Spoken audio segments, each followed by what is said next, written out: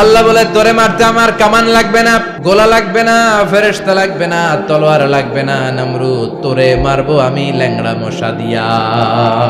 এই মশাগুলো আল্লাহর সৈনিক। ফারসালাল্লাহু বাউদা, আল্লাহ একটা ল্যাংড়া মশা পাঠালেন। এই ল্যাংড়া মশা নাকের ভিতর দিয়ে ঢুকে মস্তিষ্কের মাঝখানে যে কামড়াতে শুরু করেছে। এই কামড় খাইয়া নমরুদ এবার নাচানাচি শুরু করছে। I M A disco dancer. স্বপ্ন সেটা না যেটা মানুষ ঘুমিয়ে ঘুমিয়ে দেখে, স্বপ্ন সেটা যেটা অর্জনের আকাঙ্ক্ষা মানুষকে ঘুমাতে দেয় না। এটা ছিলেন সাইয়েদনা ইব্রাহিম। এবার আল্লাহ ডেকে বলেন, নমরুদ অনেক হয়েছে, আর না, অনেক চান্স তোমারে দিছি আমি, অনেক ছাড় দিছি, মাগার ছেড়ে দিব না। আল্লাহ কি দেয়? ছাড় দেয়, ছেড়ে দেয় না। মনে থাকবে? চিল্লায় বলেন তো, আল্লাহ কি দেয়? কি দেয় না? নমরুদরে এতক্ষণ ধরে কি দিছে, কিন্তু কি আল্লাহ ছেড়ে দিবে? কথা বলেন। আল্লাহ বলে তোরে মারতে আমার কামান লাগবে না, গোলা লাগবে না, ফেরেশতা লাগবে না, তলোয়ার লাগবে না, নমরুদ তোরে মারবো আমি ল্যাংড়া মশা দিয়া। ফারসালাল্লাহু তাআলা বাউদা, আল বাউদাতু জুনদুম মিন জুনুদিল্লাহ। এই মশাগুলো আল্লাহর সৈনিক। কথা কন। এই মাছিগুলো আল্লাহর সৈনিক, এই সাপ আর ব্যাঙগুলো আল্লাহর সৈনিক, এই বাতাস আল্লাহর সৈনিক, এই মাটি আল্লাহর সৈনিক। মাটি যদি কাঁপাকাঁপি শুরু করে বসে থাকা যাবে? কথা কন। ভূমিকম্প হইলে সব দৌড়াদৌড়ি আছে না নাই? আগুন লাগলে দুর্ঘটনা আছে না নাই? বাতাস যদি 70 থেকে 80 কিলোমিটার বেগে ছুটে আসে, দুর্ঘটনা আছে না নাই? ফারসালাল্লাহু বাউদা, আল্লাহ একটা ল্যাংড়া মশা পাঠালেন। এই ল্যাংড়া মশা নাকের ভিতর দিয়ে ঢুকে মস্তিষ্কের মাঝখানে যে কামড়াতে শুরু করেছে। মশার কামড় খাইছেন না আপনারা? শীতকালে যখন আমরা কম্বল মোড়া দিয়ে ঘুমাই, কানের সামনে যখন পন পন শুরু করে কেমন লাগে? কি বিরক্তি লাগে না? আবার ছেড়ে টেরে আবার শুই, আবার পন পন। তো পন পনের আওয়াজই আমাকে সহ্য হয় না। ওই মশা নাকি দিয়ে ঢুকে এদিকে কামড়া, ওই বেড়ার কেমন লাগে? কথা কন। নাকের ভিতর দিয়ে মশা ঢুকে ভিতরে কুটকুট কুটকুট করে কামড় মারে। এই কামড় খাইয়া নমরুদ এবার নাচানাচি শুরু করছে। I M A disco dancer. Or dance দেখে সবাই হাসে, একেবারে I M A disco dancer.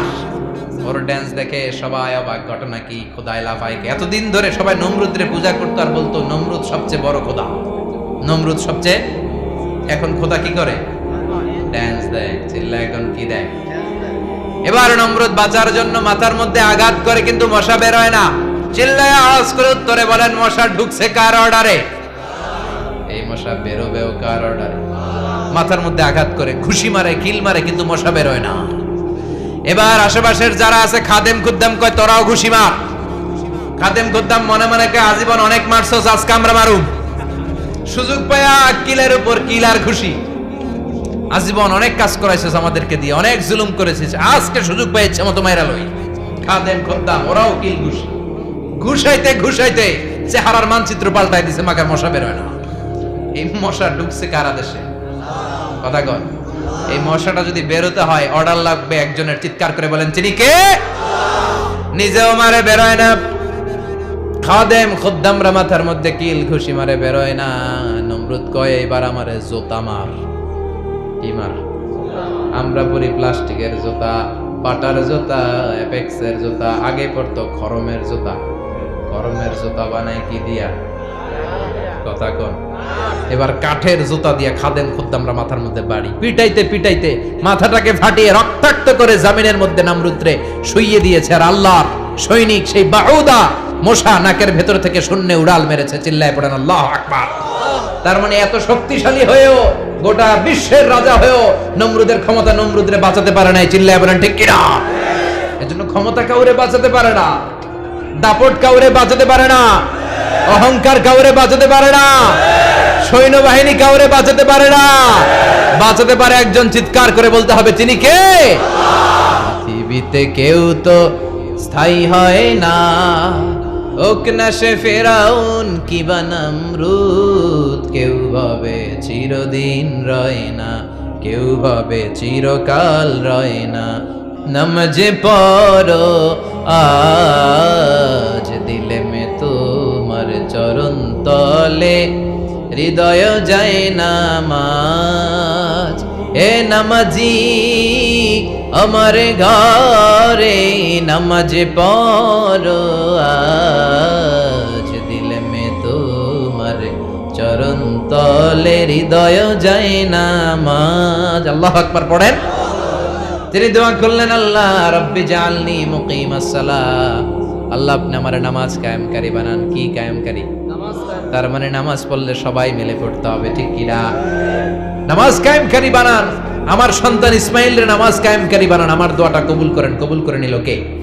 আবার বললেন, আল্লাহ মক্কার নিরাপদ বানান। কবুল করলো কে? আবার বললেন, ওয়াবা'আস ফীহিম রাসূলা, আল্লাহ এই শহরে একজন নবী পাঠান। কবুল করলো কে? যত দোয়া করছে সব কবুল করে নিল কে? এজন্য সাইয়েদনা ইব্রাহিমের জীবনী থেকে কি কি শিক্ষা গুনতে শুরু করেন? নাম্বার 1, আল জিহাদু দিদ্দা শিরক। ওনার জীবন থেকে প্রথম শিক্ষা হচ্ছে শিরকের বিরুদ্ধে জিহাদ। মুমিনের জীবনে জিহাদ চলবে কিসের বিরুদ্ধে? উনি মূর্তির সাথে আপোষ করে নাই, গাছের সাথে আপোষ করে নাই, মাছের সাথে আপোষ করে নাই, ধ্রুবতারা চাঁদ সূর্যের সাথে আপোষ করে নাই। উনি এক আল্লাহকে খুঁজে পেয়েছে। চিল্লায় বলেন ঠিক কিনা? আল্লাহ সব গুনাহ ক্ষমা করে, শিরকের গুনাহ ক্ষমা করে। 2 নাম্বার শিক্ষা হচ্ছে সত্যকে অন্বেষণ করতে হবে। ওইটা আমার বাবার বিরুদ্ধে যাক, ওইটা আমার দাদার বিরুদ্ধে যাক, ওইটা আমার দলের বিরুদ্ধে যাক, ওইটা আমার মতের বিরুদ্ধে যাক, সত্য যেখানে আমিও সেখানে। চিল্লায় এখন ঠিক কিনা? এটা হচ্ছে সাইয়েদনা ইব্রাহিম আলাইহিস সালামের ঈমান স্পিরিট। শিরকের বিরুদ্ধে মুমিন জিহাদ করবে। সত্য যেখানে আছে মুমিন তালাশ করে সেটাকে ছিনিয়ে আনবে। সাইয়েদনা ইব্রাহিমের জীবনী থেকে 3 নাম্বার শিক্ষা হচ্ছে ভিশনারি অ্যাটিটিউডের হতে হবে মুমিনের। আমরা খালি 10 বছরের হিসাব করি, 20 বছর, 50 বছর। ইহুদিরা হিসাব করে 200 বছর। কোনো কাজ করার আগে 200 বছর পরে কি হইতে পারে ওইটা হিসাব করে। সাইয়েদনা ইব্রাহিম এরকম ভিশনারি ছিলেন। এজন্য দোয়া করেছেন, রব্বানা ওয়াবা'আস ফীহিম রাসূলা, আল্লাহ যদিও ধুধু প্রান্তর জনমানব হীন একটা এলাকা, আপনি এলাকায় এমন একজন নবী পাঠান যেই নবীর আঁচলের নিচে গোটা বিশ্বটা একত্রিত হয়ে যাবে। কবুল করলেন কে? কি ভিশন দেখছেন, কি ভিশনারি অ্যাটিটিউড। তিনি তখন থেকেই বিশ্বনবীকে দেখতে পেয়েছিলেন। এজন্য ভিশনারি অ্যাটিটিউডের হন, স্বপ্নবাজ হন। স্বপ্ন সেটা না যেটা মানুষ ঘুমিয়ে ঘুমিয়ে দেখে, স্বপ্ন সেটা যেটা অর্জনের আকাঙ্ক্ষা মানুষকে ঘুমাতে দেয় না। এটা ছিলেন সাইয়েদনা ইব্রাহিম, ভিশনারি অ্যাটিটিউডের ছিলেন। 4 নাম্বার শিক্ষা, যোগ্য প্রজন্ম তৈরি করে যাওয়া। উনি কি প্রজন্ম তৈরি করছে দেখেন। প্রথম ছেলে ইসমাইল, দ্বিতীয় ছেলে ইসহাক। ইসহাকের চ্যানেলে বনি ইসরাইলের সব নবীরা আসলো, আর এই চ্যানেলে বিশ্ব নবী আসলো। তার মানে বাপকা বেটা সিপাহিকা ঘোড়া। প্রজন্ম তৈরির দরকার আছে না নাই? শিরকের বিরুদ্ধে লড়াইয়ের দরকার আছে না নাই? আর নবীদেরকে মডেল হিসেবে মানার দরকার আছে না নাই? আমাদের মডেল কি কবিরা না নবীরা? নায়করা না নবীরা? নেতা নেত্রীরা না নবীরা? আমরা যেন নবীদেরকে মডেল হিসেবে মেনে জান্নাতে উপযুক্ত হতে পারে। আল্লাহ তুমি তৌফিক দান করো। আরো জোরে পড়ি আমিন। যতগুলো কথা বলেছি কোরআন সুন্নাহর আলোকে বলেছি, বানিয়ে কিছু বলি নাই। তারপরেও আমার মনের অজান্তে কোনো মিস ইনফরমেশন যদি আমার মুখ করতেছেন কেন?